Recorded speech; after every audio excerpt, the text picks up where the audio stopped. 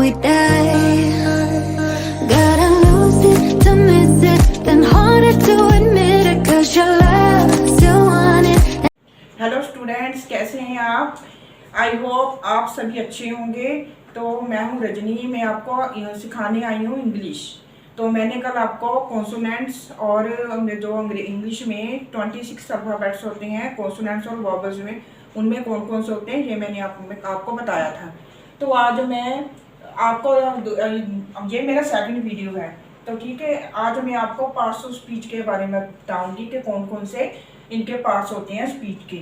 पहला है noun, pronoun, तीसरा verb, adverb, interjection, conjunction, preposition और एडजेक्टिव। ठीक है, ये सभी स्पीच के पार्ट्स हैं 8। तो आज मैं पहले पार्ट से शुरू करने जा रही हूँ। ये है नाउन।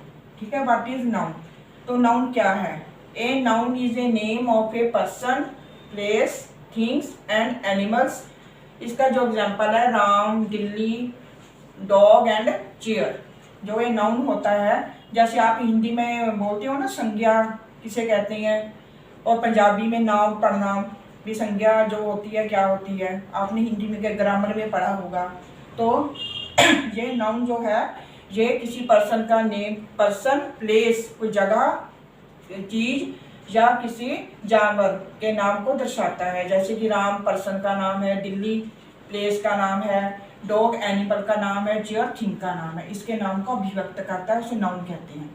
तो नाउन की किस्में होती हैं 8 किस्में होती हैं। Proper noun, common noun, collective noun, material noun, abstract noun, concrete noun, countable noun and uncountable noun. तो मैं आपको ये जो इसकी किस्में हैं, नाउन की किस्में हैं, उसको डिटेल में बताऊंगी। ठीक है, तो चलते हैं इसकी किस्मों को डिटेल में जानने की कोशिश करते हैं। ठीक है,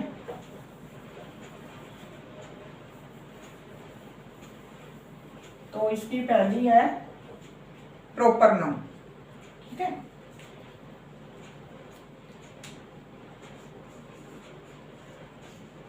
अब इसके बारे में जानेंगे प्रॉपर नाउन क्या है। जो ये प्रॉपर नाउन है ये किसी स्पेसिफिक स्पेशल पर्सन, जो थिंग है और जो एनिमल है उसके बारे में, ये उसके स्पेसिफिक नेम को दर्शाता है। जैसे मैं आपको लिख के बताती हूँ, आपको अच्छे तरह से समझ आएगा। A proper noun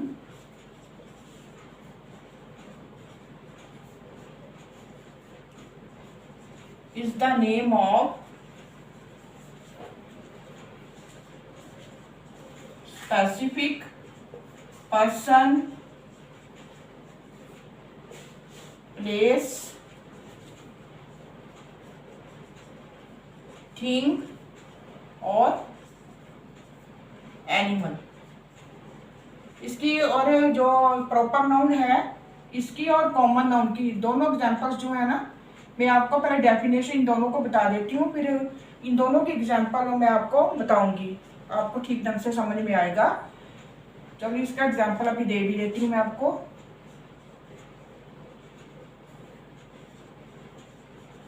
such as Ram,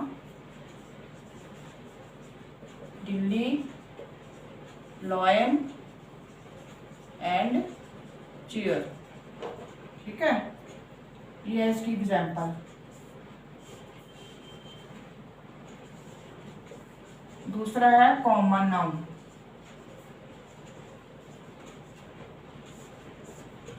ये तो था प्रॉपर, जो किसी पर्सन, प्लेस, थिंग और एनिमल की स्पेसिफिक उसके नेम को दर्शाता है। ठीक है, जो कॉमन है, a common name noun,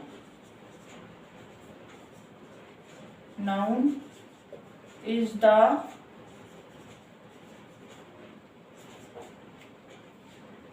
name of unspecific, जो है जनरल पर्सन जो है।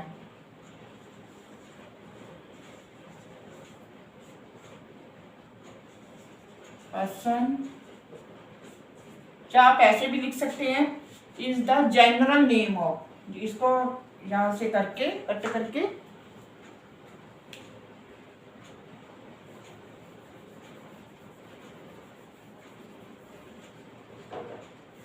is the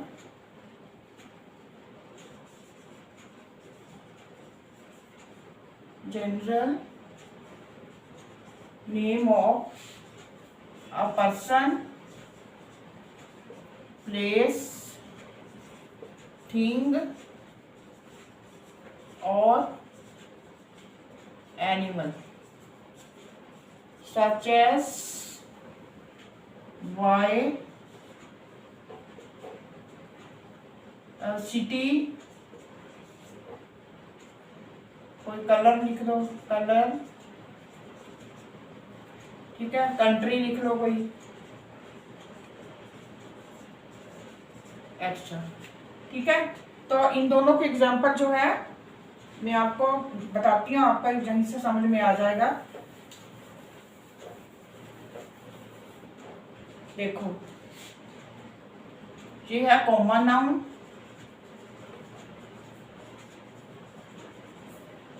ये हो गया प्रॉपर नाउन। कॉमन में जो है, कॉमन नाउन जो होता है वह एक कैटेगरी के बारे में बताता है, किसी पर्सन को, यहाँ पे पर्सन के स्पेसिफिक नेम को, और यहाँ पर एक स्पेशल क्लास के बारे में बताता है, जैसे एनिमल की क्लास है, ठीक है, कलर्स हैं, उसकी जाति को बताता है कि ये कलर है, सिटी या बॉय या कंट्री, उसकी एक जाति को के बारे में दर्शाता है, जैसे कि ये बॉय है, ठीक है। ये सारे लड़कों की एक जाति के बारे में बताता है। लेकिन अगर हम किसी बॉय को नेम दे दें कि उसका नाम क्या है, स्पेसिफिक नेम दे दें, जैसे रवि कर लो, रमेश, ठीक है, और किसी को राम, ठीक है, ये जो तीनों हैं, ये जो बॉय है वह एक लड़कों की कैटेगरी को बताता है, कि लड़कों की जाति के बारे में बताता है, ठीक है। और अगर हम किसी लड़के को नाम दे दे, जैसे इनमें क्या कॉमन है, रवि, रमेश, राम, ये तीनों लड़के हैं ना, लेकिन हमने यहाँ पे लड़के को नाम दे दिया है, रवि दे दिया, रमेश दे दिया, तो और राम दे दिया, ठीक है। लेकिन यहाँ पर हमने बताया कि ये एक लड़का है, लेकिन उन लड़के का स्पेसिफिक नाम क्या है, जो ये है रवि है, रमेश है, हमने उसको नाम दे दिया, तो ये प्रॉपर नाउन बन गया, ये पूरी उसकी जाति को बता रहा है, ठीक है। जैसे हम बताएंगे सिटी है, सिटी लिख दें, ये पूरे शहर की जाति को बता रहा है, पूरे शहरों को इसमें सम्मिलित किया गया है, ये पूरे शहर की जाति को बता रहा है। तो सिटी को अगर स्पेसिफिक नेम दे दें तो हो सकता है हम लिखें दिल्ली, अहमदाबाद,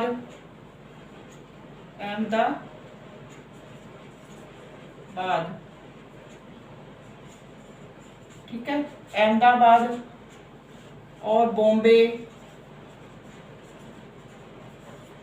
ये तो है पूरे शहर की जाति को बता रहा है। लेकिन अगर उस शहर को हमने नाम दे दिया, स्पेसिफिक नेम दे दिया दिल्ली, अहमदाबाद, बॉम्बे, तो हमने इसको नाम दे दिया, तो ये प्रॉपर नाउन बन गया। यहाँ पर एक पूरी जाति को बता रहा है, ठीक है। जैसे सिटी की लड़के की जाति को बता रहा है कि ये पूरा लड़का है, पूरे लड़कों को सम्मिलित कर रहा है, ये सिटी है, तो सिटी को जब हम नाम दे दिया तो वो प्रॉपर नाउन बन जाता है। अगर हम कलर को करें, ठीक है, ये पूरे कलर्स जो जितने भी रंग हैं उनको सम्मिलित कर रहा है, ठीक है, ये उनकी जाति को बता रहा है कलर्स की। लेकिन अगर कलर को नाम दे दें, जैसे हम दे रहे हैं उसको कलर को, ये रेड कलर है, ये ब्लैक है, ये ग्रीन है, ठीक है, ये ब्लू है, यहाँ पे हमने सिर्फ कलर लिखा है, ठीक है। अगर हमने कलर को नाम दे दिया रेड, ब्लैक, तो ये प्रॉपर बन गया। ये बॉय है, देखो इन तीनों में क्या है, ये बॉयज हैं तीनों, ये तीनों सिटीज हैं, ठीक है। हमें यहाँ पे जो कॉमन है, इन तीनों में क्या कॉमन है, ये सिटी है, तीनों सिटी हैं, तो ये कॉमन है, ठीक है। ये कलर है, ठीक है, ये पूरे कलर्स की जाति को बता रहा है, दर्शा रहा है। तो अगर हमने कलर को ही बता दिया कि ये जो हमारा मार्कर है ये ब्लैक कलर का है तो कलर, लेकिन ये ब्लैक कलर का है, और ये रेड कलर का है ये कलर दोनों, तो लेकिन ये ब्लैक है, ये रेड है, ठीक है, तो ये प्रॉपर हो गया। हमने कलर्स को नाम दे दिया ना, जब सिटी को नाम दे दिया, बॉयज को नाम दे दिया, तो ये तो कॉमन हो गए, जब नाम दे दिया तो ये प्रॉपर हो गए। ठीक है, इसलिए मैंने इन दोनों के एग्जाम्पल्स को एक साथ बता दिया। अब तीसरा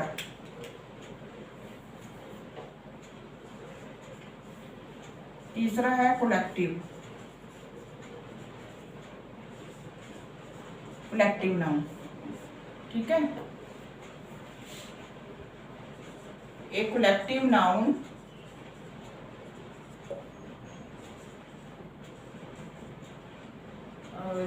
represents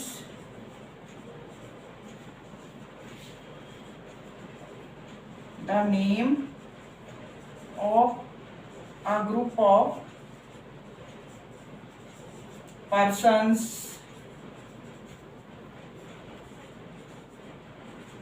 animals, things or places forming a unit। ठीक है, तो जैसे सच एज, हम ऐसे लिखते हैं ऑडियंस,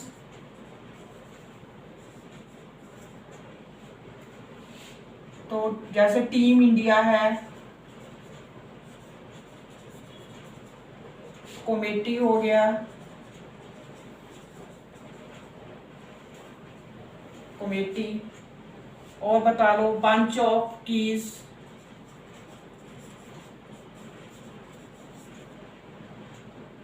एक्स्ट्रा।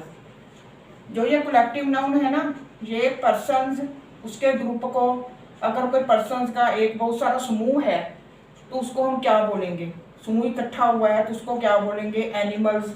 जैसे greed of lions, greed of lions भी बोल सकते हैं। थिंग्स है तो उसके हम पूरे ग्रुप को क्या बोलेंगे। ठीक है, एनिमल्स है, उनके एक ग्रुप को, पूरे ग्रुप को क्या बोलेंगे हम, तो उसको दर्शाता है, वो कलेक्टिव नाउन होता है। जैसे कि अगर बहुत सारे लोग इकट्ठे हो गए हों एक, तो उसको ऑडियंस भी बोलते हैं। अगर कोई किसी बात को, कोई स्टेज में कोई परफॉर्मेंस हो रही हो, वहाँ पर इकट्ठे हुए हों तो उसको हम ऑडियंस बोलते हैं।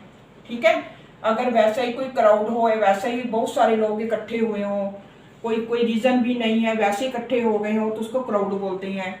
अगर बहुत सारे लोग कोई मतलब कि कोई डिस्ट्रक्टिव रीज़न के लिए, तोड़फोड़ करने के लिए इकट्ठे हुए हों तो उसको मॉब बोलते हैं। ठीक है, तो जैसे उन्होंने इंडिया है, टीम इंडिया है, इसमें 11 मेंबर्स होते हैं। आपको सबको पता ही है कि टीम इंडिया में 11 मेंबर्स होते हैं, उसमें जो क्रिकेटर होते हैं 11 होते हैं, तो उनके पूरे समूह को हम टीम इंडिया बोल देते हैं। एक कमेटी में इतने सदस्य होते हैं, ठीक है, किसमें 5 सदस्यों की कमेटी है, किसमें 10 की, तो उसको हम ये नहीं बोलें कि इसमें 11 सदस्य हैं या टीम इंडिया में 11 क्रिकेटर हैं, तो हम उनको इकट्ठे को टीम इंडिया बोल देते हैं। तो अगर किसी कमेटी में 5 हैं या 10 हैं, कोई कितने भी सदस्य हैं, तो कुल मिलाकर उसको कमेटी बोल देते हैं। अगर एक बंच है, एक कीज है, जब 4-5 कीज हैं, ठीक है, उसको हमने इकट्ठा किया हुआ है, 4-5 कीज को हमने इकट्ठा किया, बांधा हुआ है, तो हम ये नहीं बोलेंगे कि ये हम इसमें 4-5 कीज हैं, तो हम बोलेंगे ये बंच ऑफ, हमारे पास बंच ऑफ कीज हैं। ठीक है, तो जो बंच है ये कलेक्टिव नाउन है, जो कमेटी है वो कलेक्टिव नाउन है, ऑडियंस कलेक्टिव नाउन है, टीम इंडिया ये कलेक्टिव नाउन है। सारे को मिला के, सभी सदस्यों को मिला के जो एक समूह बन जाता है उसको हम इकट्ठे को कलेक्टिव नाउन बोलते हैं। जैसे कि लॉयंस है, इतने सारे लॉयंस इकट्ठे हो गए हैं, तो ठीक है, तो हम क्या बोलेंगे, ग्रीड ऑफ लॉयंस। हम ये नहीं बोलेंगे जो 5 लॉयंस जा रही हैं या 6 जा रही हैं, तो हम बोलते हैं ये उनका जो लॉयंस का झुंड जा रहा है, तो हम उसको ग्रीड ऑफ लॉयंस बोलते हैं। किसी 4-5 चीज़ों को इकट्ठा करके जो समूह बन जाता है तो उसको हम कलेक्टिव नाउन क्या बोलेंगे। ठीक है, उम्मीद है आपको कुछ समझ आ रहा होगा। अगर कोई कमी पेशी हो तो प्लीज़ आप ज़रूर बताना, क्योंकि अभी ये मेरा सेकंड वीडियो ही है, तो आप हमें सपोर्ट ज़रूर करना ताकि हम भी मोटिवेट होते रहें आपसे।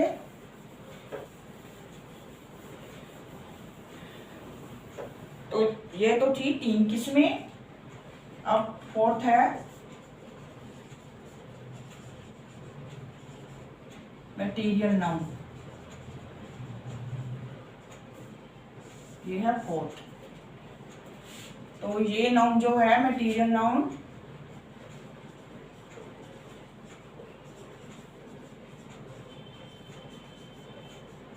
is the name of materials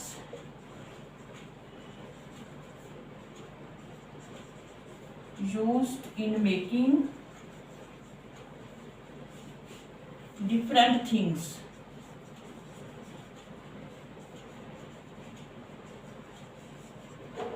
जैसे कि आप बोल सकते हो स्टील, स्टील बोल लो, स्टील, ठीक है।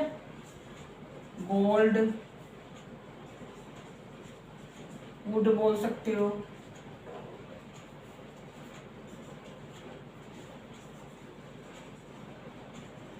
एल्यूमिनियम, अलग अलग तरह के जो होते हैं। जैसे स्टील से हम स्टील के यूटेंसिल्स बना लेते हैं, बर्तन है। गोल्ड से गोल्ड की ज्वेलरी बनाते हैं। तो वुड से आप चेयर बनाते हैं, टेबल बना लेते हैं। जैसे अलग अलग जो मटेरियल होती हैं, इनसे आप अलग अलग तरह की जो मटेरियल्स हैं, ये दूसरे और चीज़ों को बनाने में जो यूज़ होते हैं, उनको हम मटेरियल नाउन बोलते हैं, ठीक है। आपके जो बर्तन आप रसोई में यूज़ करते हैं वो स्टील के बने होते हैं, और जो आप ज्वेलरी पहनते हैं वो गोल्ड की बनी होती है। जो आप चेयर टेबल पे बैठते हो और फर्नीचर होता है वो वुड का बना होता है, ठीक है। तो ये हो गया मटेरियल नाउन।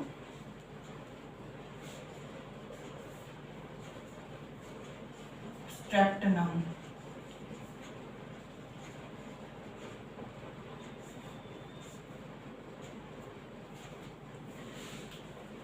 ये एब्स्ट्रैक्ट नाउन जो है, abstract noun is used to represent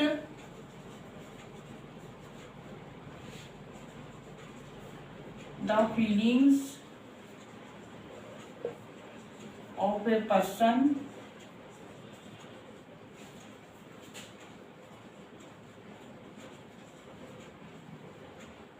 without any sense। जैसे जिसमें, जैसे ये है, हम एग्जांपल देते हैं, सच एज लव हो गया, जिसको टच नहीं किया जा सकता। करेज, एंगर, सक्सेस, फ्रेंडशिप, ठीक है।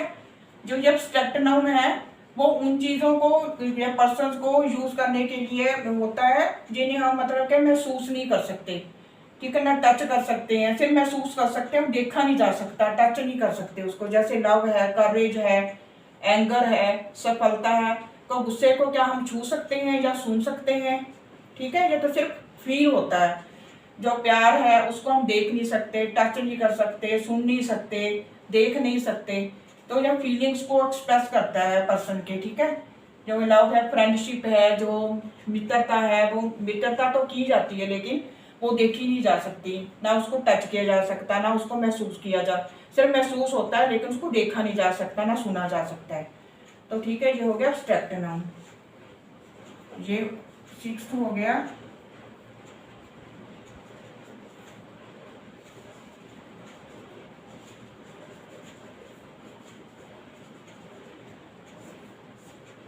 Concrete noun.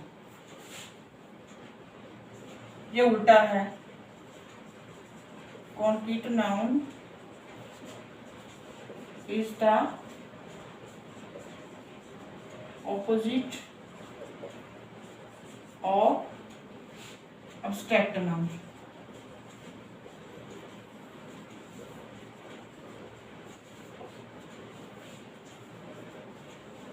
It is used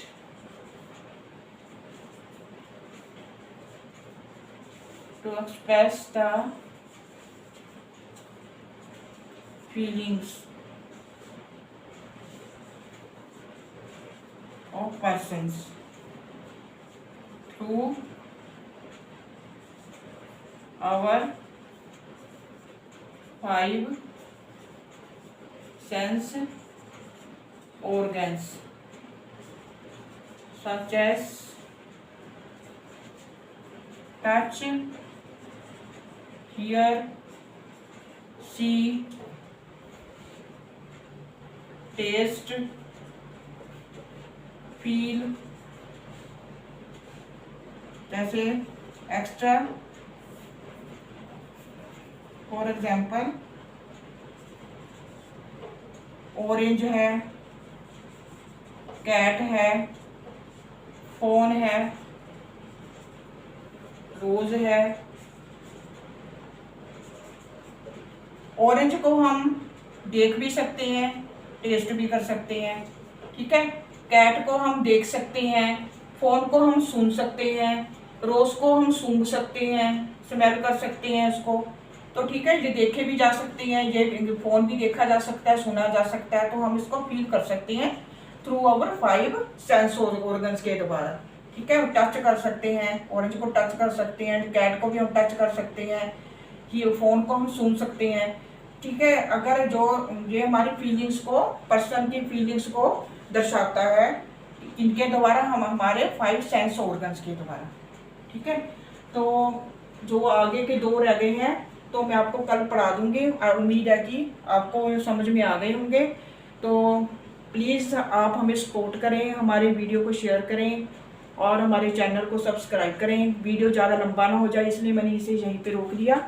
तो जो लास्ट वाले रह गए हैं वो 2 वो कल समझाऊंगी और इसको दोबारा से रिपीट भी करूंगी मैं, ठीक है। जो मैंने आपको समझाया है उसको रिपीट करूंगी, जो 2 रह गए हैं वो कल मैं आपको समझाऊंगी। तो आपको उम्मीद है आपको ये समझ में आ गए होंगे, तो कल आपको रिपीट करूंगी तो अच्छे ढंग से आपको समझ में आ जाएंगे।